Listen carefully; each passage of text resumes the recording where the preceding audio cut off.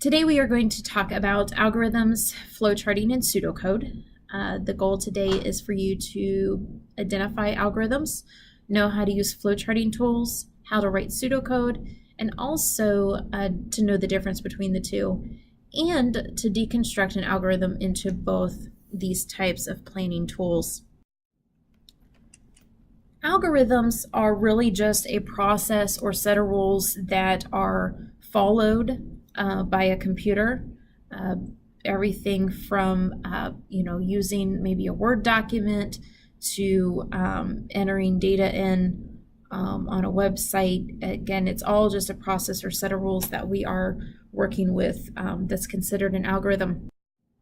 And I always like to make the example of things we do in everyday life. So this is an example of how to make boxed macaroni and cheese. Probably something each of us has done. If you think about anything that you basically cook, it's a recipe or it's a set of directions that you have to follow to get an end result.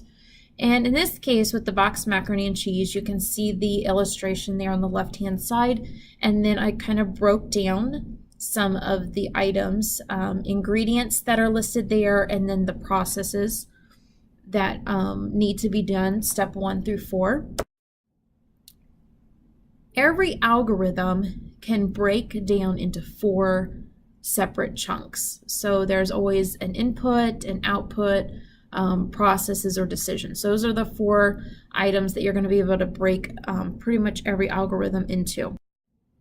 So input is anything that has to exist to make the algorithm successful. So for sometimes the input is obvious. It's something the user might tell you that they need, and sometimes it's stuff that they don't realize they need. So it's very important to know that. So in our example with macaroni and cheese, the box is pretty specific in the fact that we need the items there on the left, the noodles, the water, the cheese powder, the milk, and the butter, because they pretty much supply that for us, or they tell us that we need that. But some of the things we may not think about needing is the items on the right. If you were walking into a room with absolutely nothing, you have to consider, what is it that I truly need to get this job done? And so the items on the right are some things that we sometimes neglect to think that we need.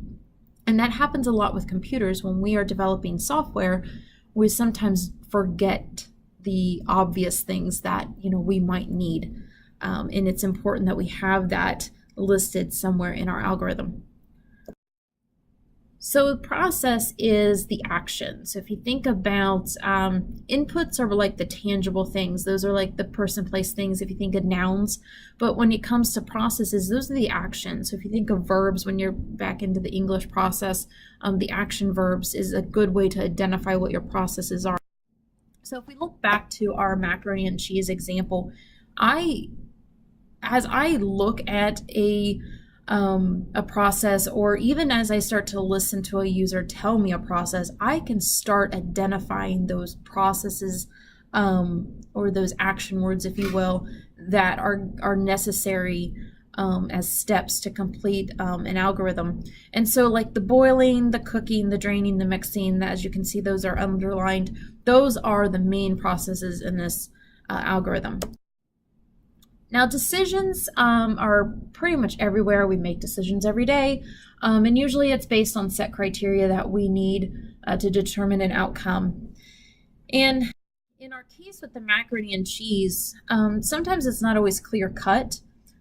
For example, in this case, we're cooking the noodles, but honestly, if you are actually doing this process, there's a kind of decision you are having to make as to whether or not the noodles are truly cooked or not. So that's something you have to determine. Now, I believe on the box, they usually state to boil the noodles for X number of minutes. Sometimes as a programmer, we can kind of come up with other ways around that. It might be a more efficient, it may not, but that's our job as a programmer to determine how to best find the outcome. So again, here's a variety of things that we could use in this case. Again, we could boil for an X number of minutes. That's great, but the fact is, depending on water temperature and a lot of other variables, For someone, 7 minutes or 10 minutes might not be the same for someone else, 7 to 10 minutes. So, it's kind of hard to guarantee cooked noodles. I like to taste test mine, where I can kind of just eyeball and see what they look like. I've also heard of people throwing like spaghetti noodles to a wall to see if they stick. So those are all a variety of ways that we could set criteria to figure out whether our noodles are cooked or not. And of course, output, the most important thing, we have to have some end result. And in this case, it's macaroni and cheese. Sometimes it might be multiple outputs throughout a process, but in this case, we just have one. So as you can see, we took a standard regular algorithm and we were able to break all that into those 4 different chunks: the input, the process, the decision, and the output. And at this point, we are going to talk about the actual tools, okay, that we can use to now take what we took a big problem, we sorted it down to those 4 chunks. Now we have to put it in some kind of diagram. And so one tool we can use is called flowcharting. And really, flowcharting is just a visual representation of an algorithm. So here you can see there's 4 types of shapes that we use. There's the parallelogram for inputs and outputs, the diamond, as I call it. I've also heard it referred to as the rhombus for decisions. The process is represented by a rectangle, and your start and stop is represented by usually what they call a lozenge. Is usually what I see on the test. You can just take, honestly, an everyday process, and what I would do is write out the steps. Just take an everyday process, write out the steps, and then take those steps, break them into the 4 categories: input, process, decision, and output, and then make a flow chart. And if you want to practice that, that would be a good place to start.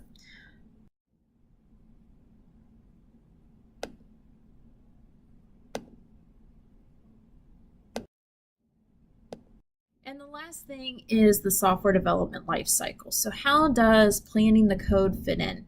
So up at the top, we usually are given a process or something. We're given, we are met by a user who needs something. There's this current process in place that they need to automate. And so we usually sit down with that user at that point and find out information. And then once we collect all that information, we go to the planning stage. And this is where the flow charting and the pseudocode come in. We dissect all that information and put it into those 4 categories. We design a flow chart, and then we take it back to our users and we go through with sample data and go through every scenario possible. That's the key, every scenario. Even if it could only happen once, go through it, because your goal is to make sure that flow chart matches for every scenario. Once you go through all that and fix any issues that there are in the original flowchart, then you can sit down and code. And from experience, the more time you spend in planning, in the planning stage, the less time and less headache you will have in the coding stage. So if you plan well, just like everything else, if you fail to plan, you plan to fail, whatever that saying is, it's so key in programming and in a lot of other areas. So make sure you plan well. And then you can code, then you can do your testing and maintaining, and then obviously rolling it out to production is kind of that software development life cycle. So if you're looking for something to practice this with, I had a couple slides